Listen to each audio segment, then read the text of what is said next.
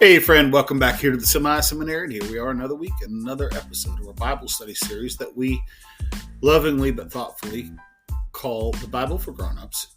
This week we begin a whole new series in which for the next 4 weeks we're going to be looking at Paul's letter to the Philippian Church.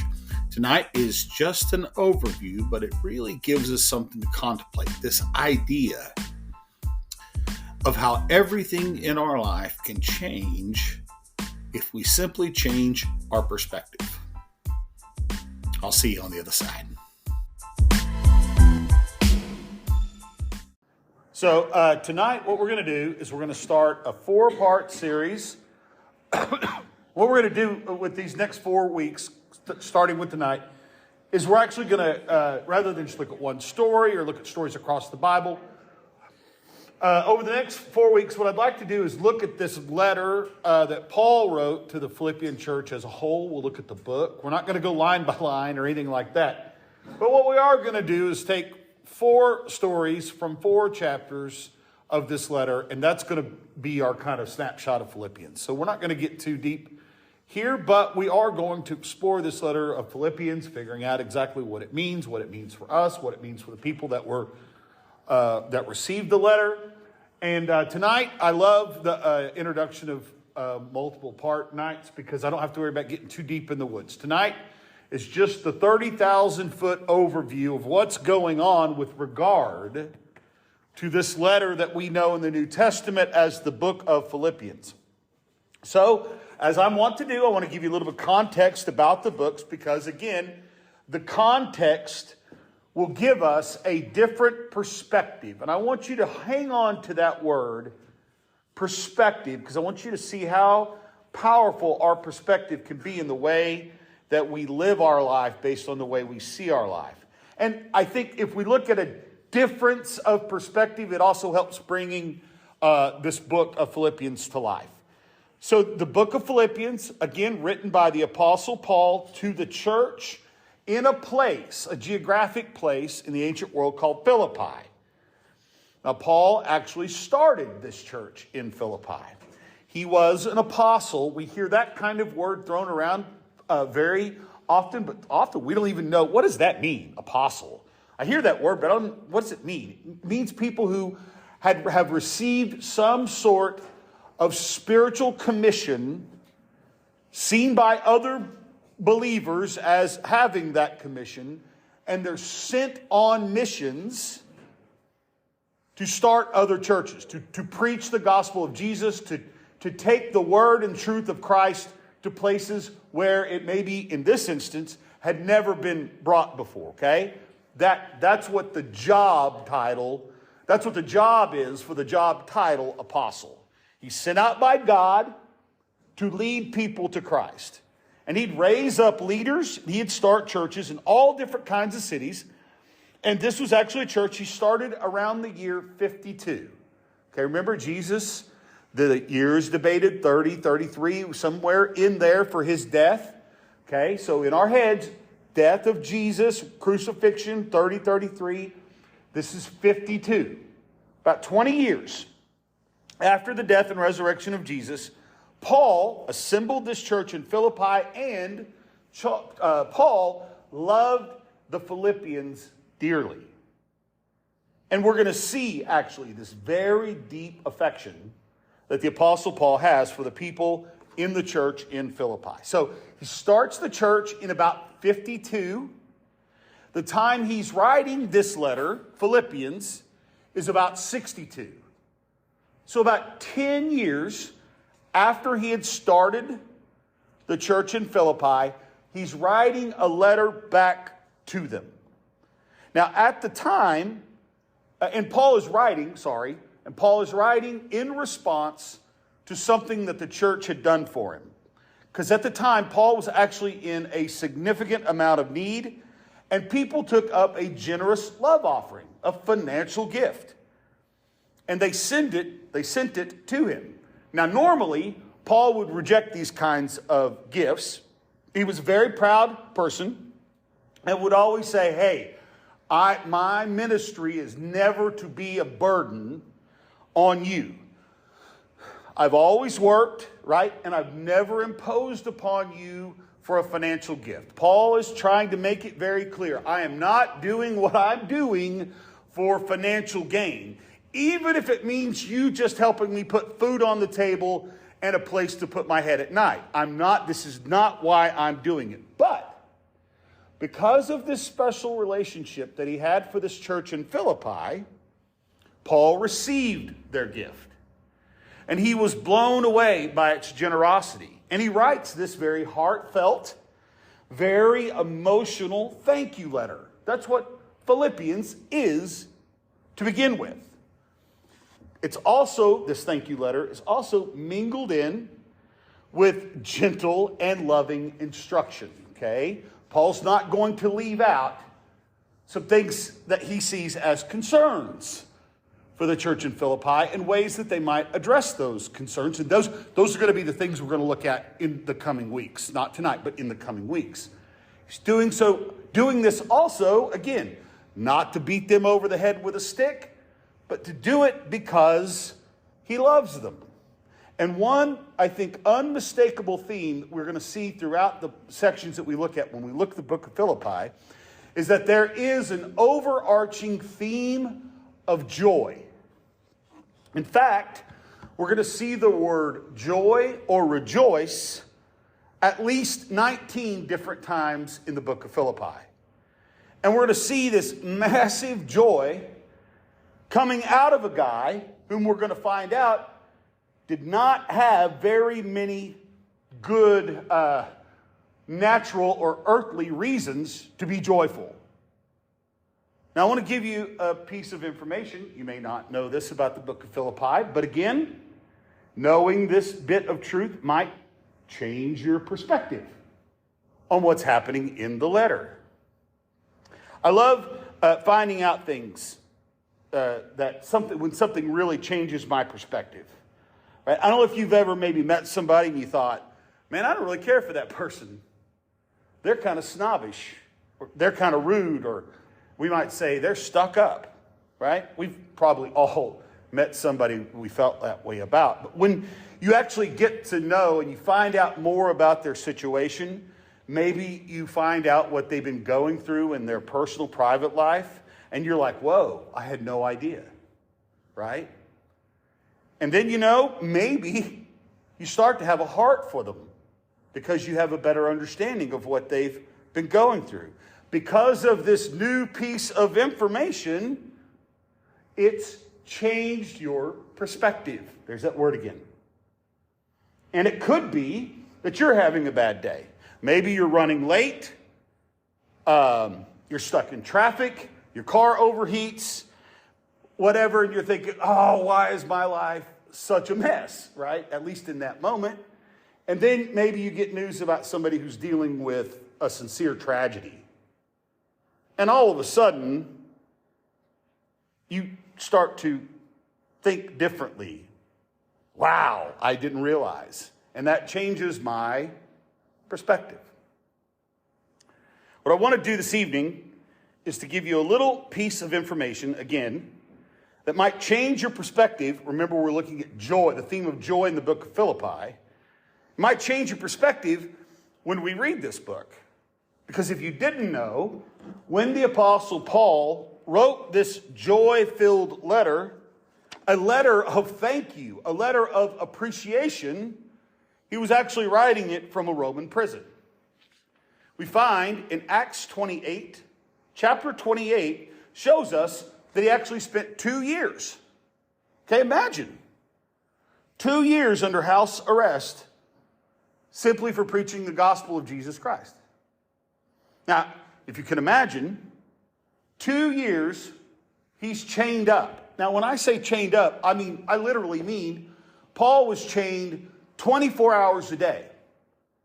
There would be 4 guards that would rotate every 6 hours and would actually be chained to Paul as a prisoner. Now, one thing you might also not know about Paul is that Paul's greatest desire, his greatest dream, pardon me, was to be able to take the gospel message to the city of Rome. That was what Paul wanted to do more than anything. So here he is in Rome, but not in the role of preacher, rather in the role of prisoner. And we're going to watch, with a change of perspective, even in the middle of another significant trial, we're going to watch as God can give us joy no matter what. So let's dive in. We're going to start at verse 2, chapter 1, beginning of Philippians. I'm praying that God would give us all a different perspective. Paul writes this to his beloved church in Philippi. He says, "Grace and peace to you from God our Father and the Lord Jesus Christ." Now listen to this emotion. He says, "I thank my God every time I remember you." Every time I think about you, I thank God.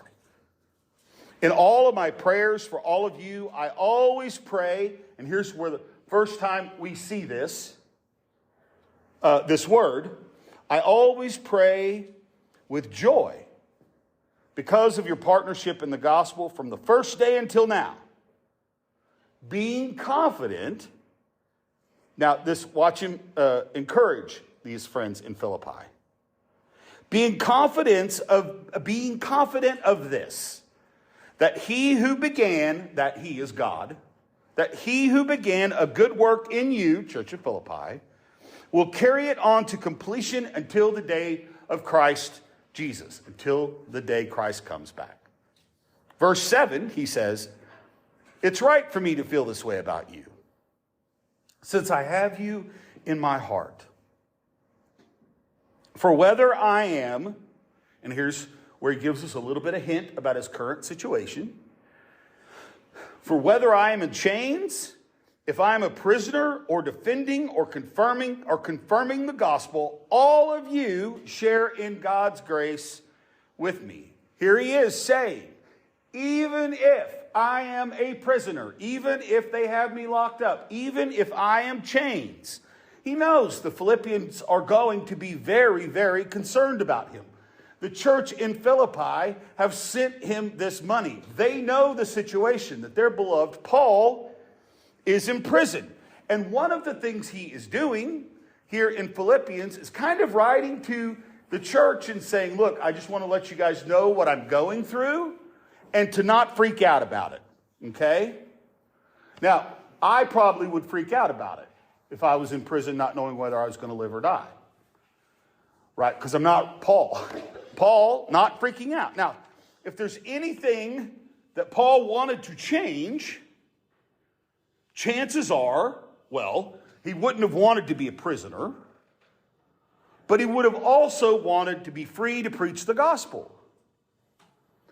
Now, I want to ask you all a question. I want you to think about this, and I want you to be honest with yourself.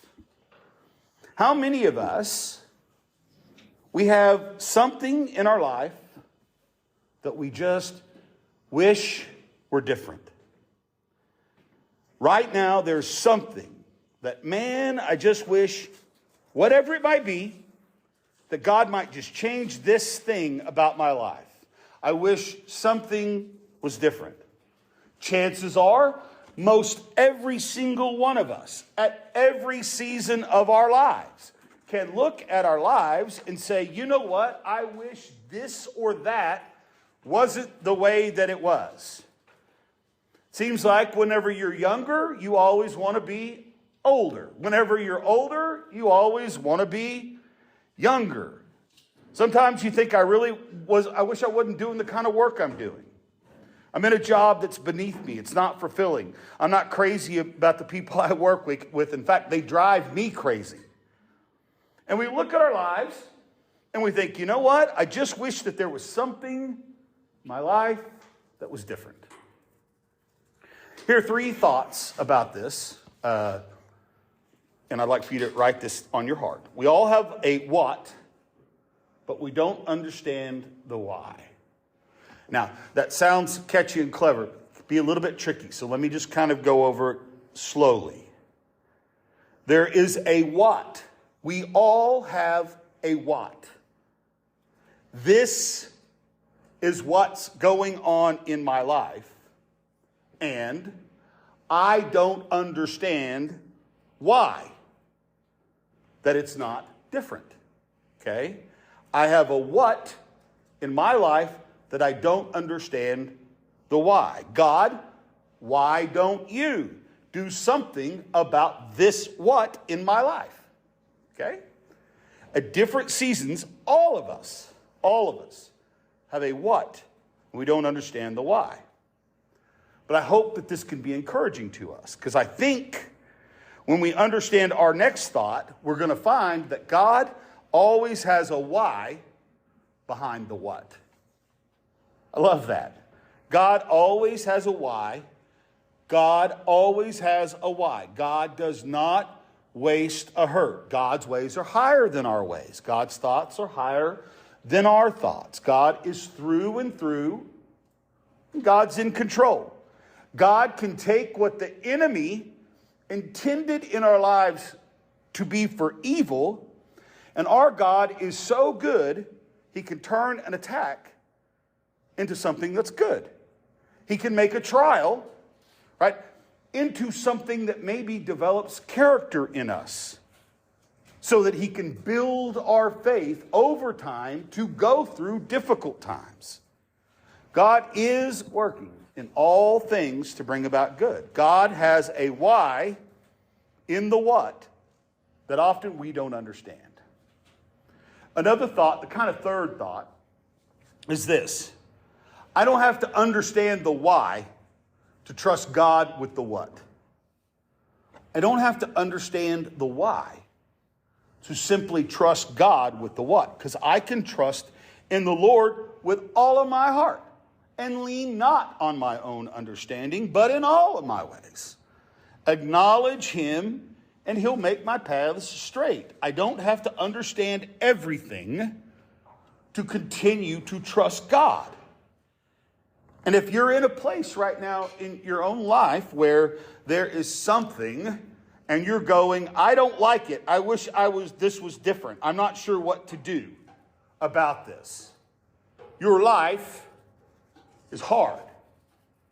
I'd like for you tonight to think of, when you think about the things that are hard in your life, if you change our perspective, to ask yourself 2 questions about the hard things in your life. What do we do? What kinds of questions can we ask when life gets hard?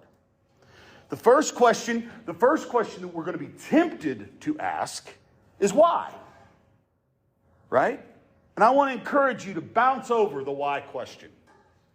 Instead of asking why, I want to encourage you to ask what. In other words, the title of our story tonight, when something bad or difficult or hard happens in your life, I don't want you to say, ask why. I want you to ask God, now what? Now what? This is our first question we're going to ask.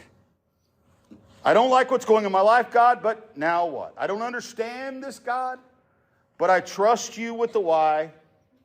What is it that you want me to do? And we see this concept coming alive here in verse 12.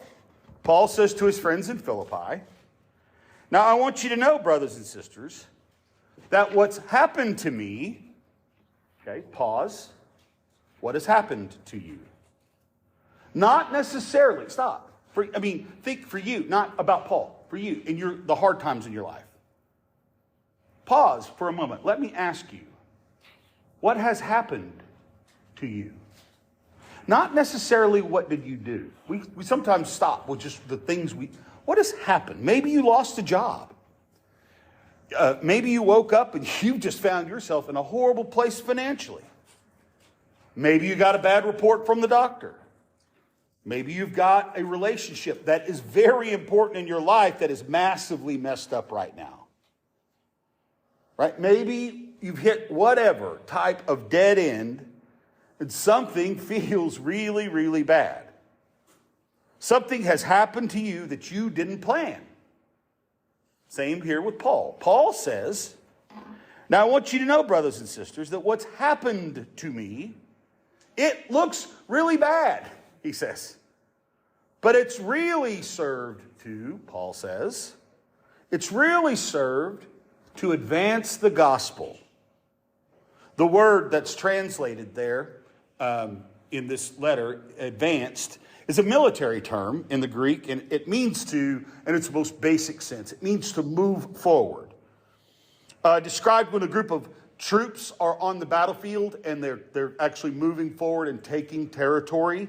When it gets into its most literal sense, this word advance here actually refers to the group of people that will go out ahead of the army and clear any obstacles or underbrush away so that the army could advance more easily.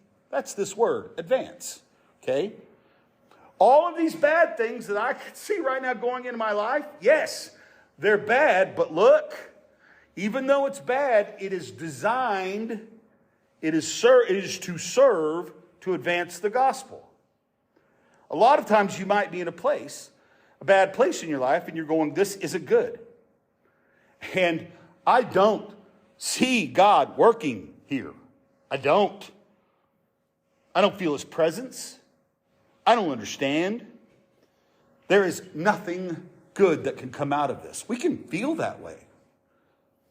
Even those of us that think our faith is pretty good.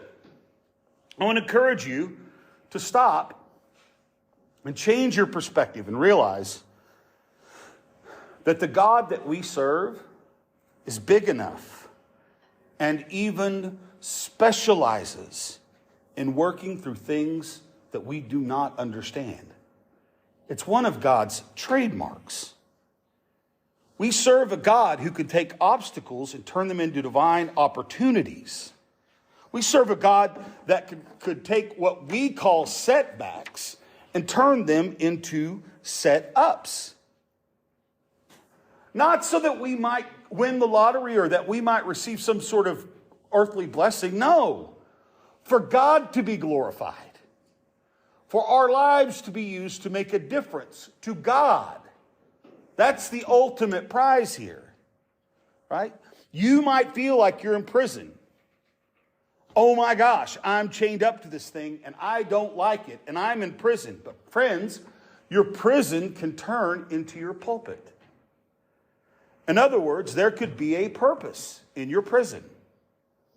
What the enemy designed for evil, God can actually use for good in the middle of the thing, right, that you would never choose to actually happen to you. God specializes in using those things to bring about God's glory. Your prison can become your pulpit.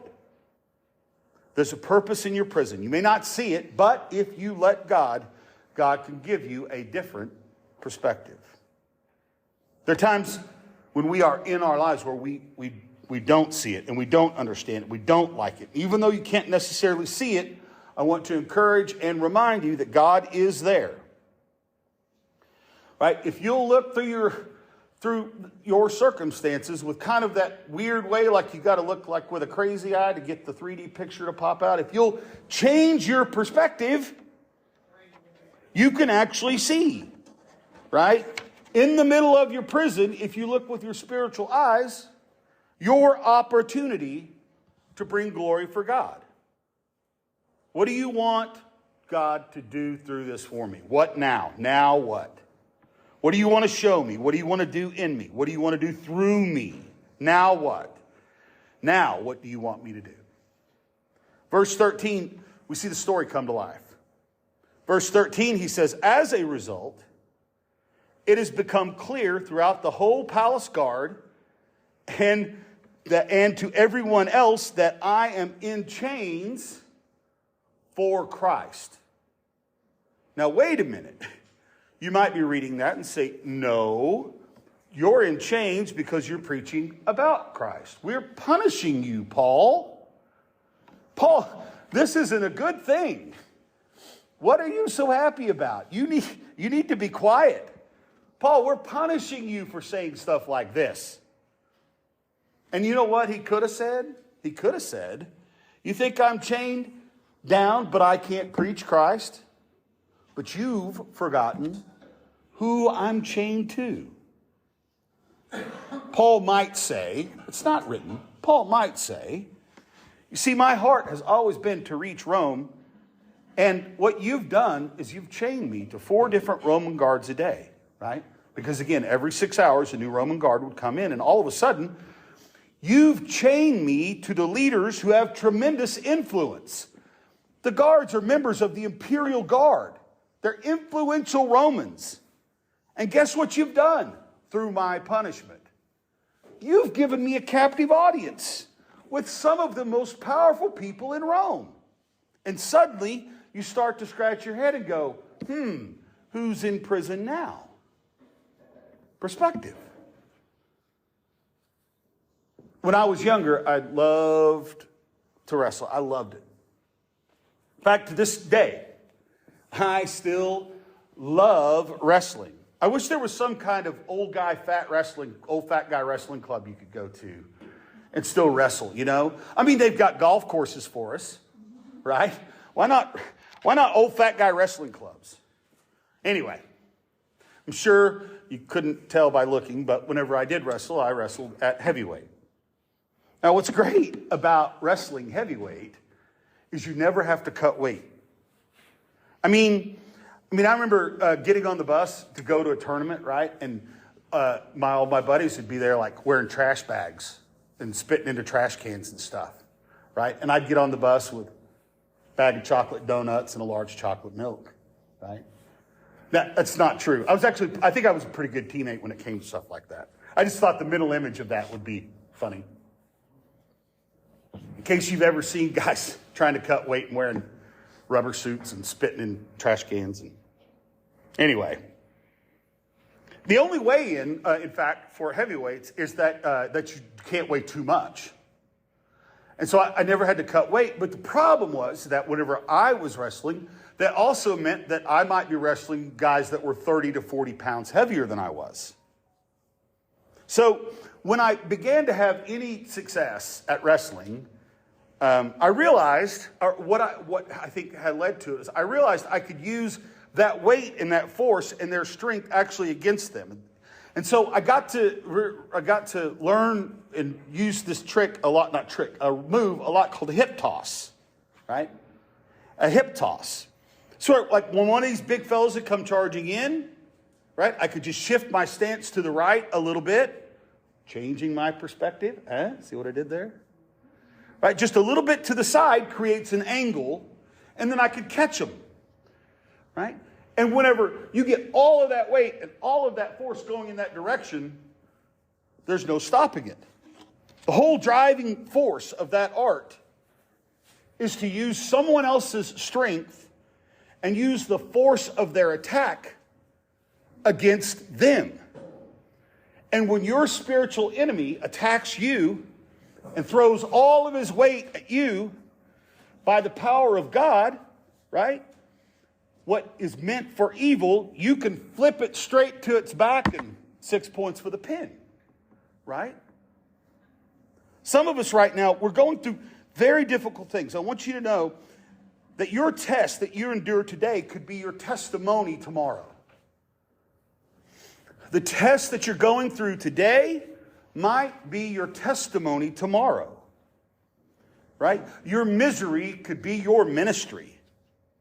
I never thought I'd end up here, whatever, but oh God, the way God worked through this is life-changing for me. Verse 14, because of my chains, he says, hey, I'm locked up. Most of the brothers in the Lord have been encouraged to speak the word of God more courageously and fearlessly. Guys, can't you see? God is all through this thing, right? So if you wake up and you're not married and you want to be married, now what? You wake up one day, you see you're financially strapped like you never thought you'd be. Okay, God, I'm going to trust you with the why. Now what? What do you want me to do? How do you want to show yourself through me? You hit a relational dead end. You hit a dead end in your career. Okay, now what, God? I still trust you with everything in me. Now what, God? What do you want to do through me with this? And the second question that we want to ask when things get hard is, so what?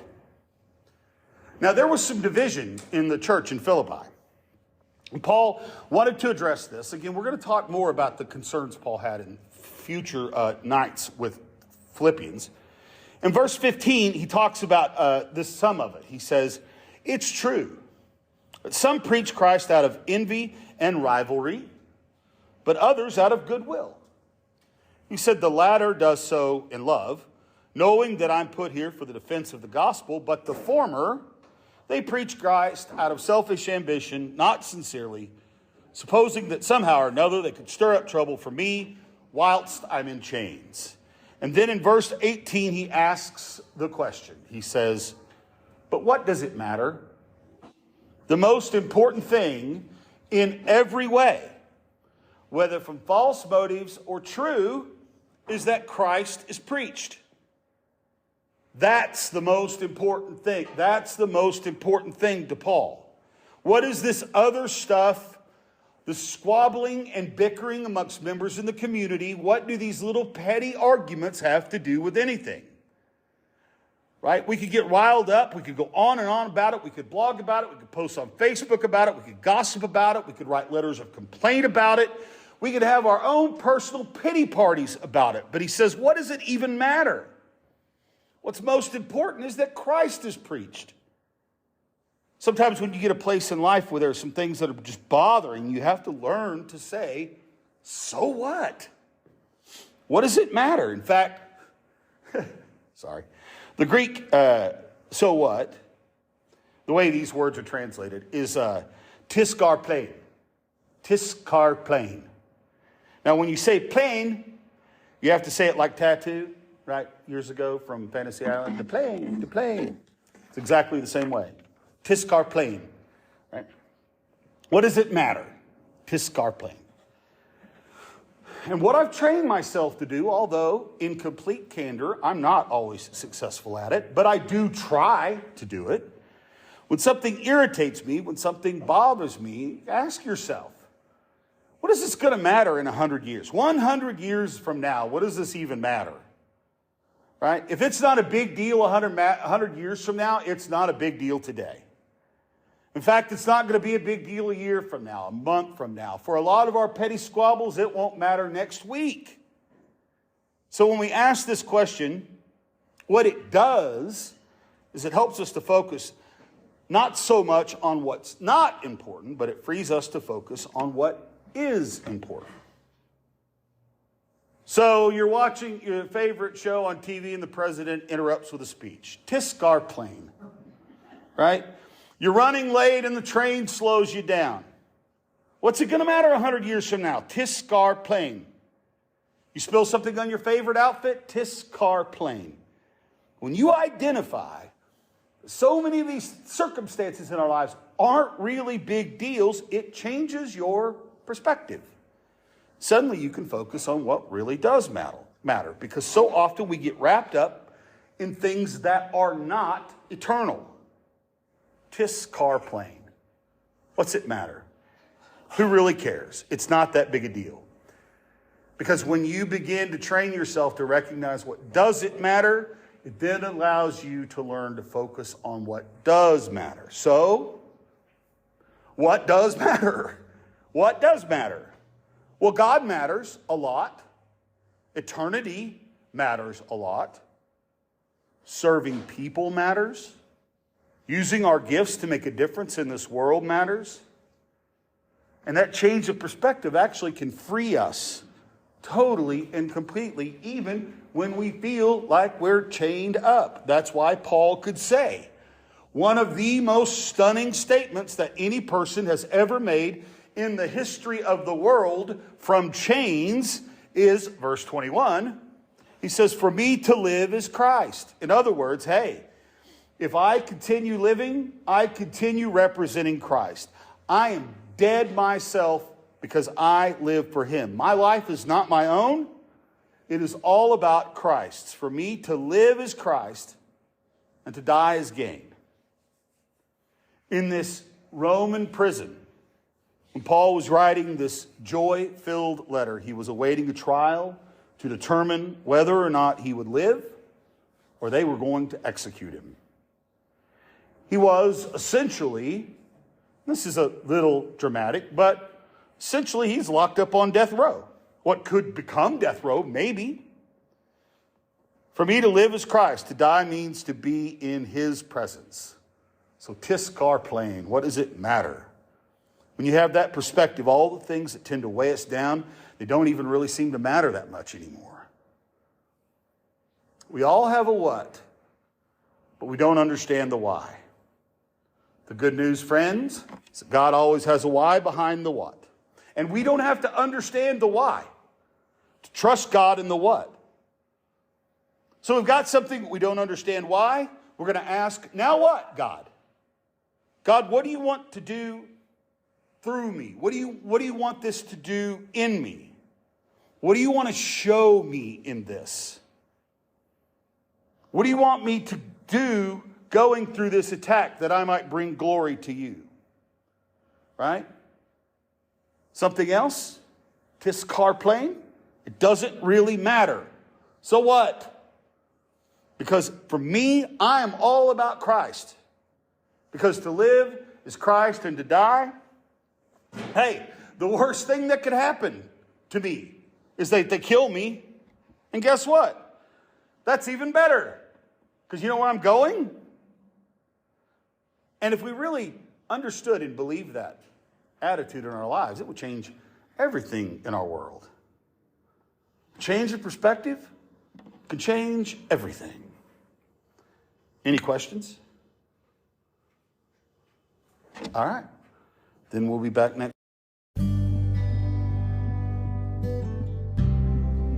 You know, I can't help but think that this concept of spirituality and successful spiritual life is one of the ones that I think we just have to grapple with all the time, because the reality is that for someone to say to you, like me, just change your perspective. It's one of those concepts that is so simple, so complex to do in our lives. It's one of those things we have to constantly be reminded of. And while it is hard to do, at least the first step is recognizing the focus point in our life. What perspective are we seeing our life through? Through our personal desires or through our place as one of God's children? Designed and loved and blessed and strengthened to bring God's glory. Anyway, it's something to think about. Hey friend, I hope you'll join us next week. We're going to dive right back into the book of Philippians. And until then, be blessed.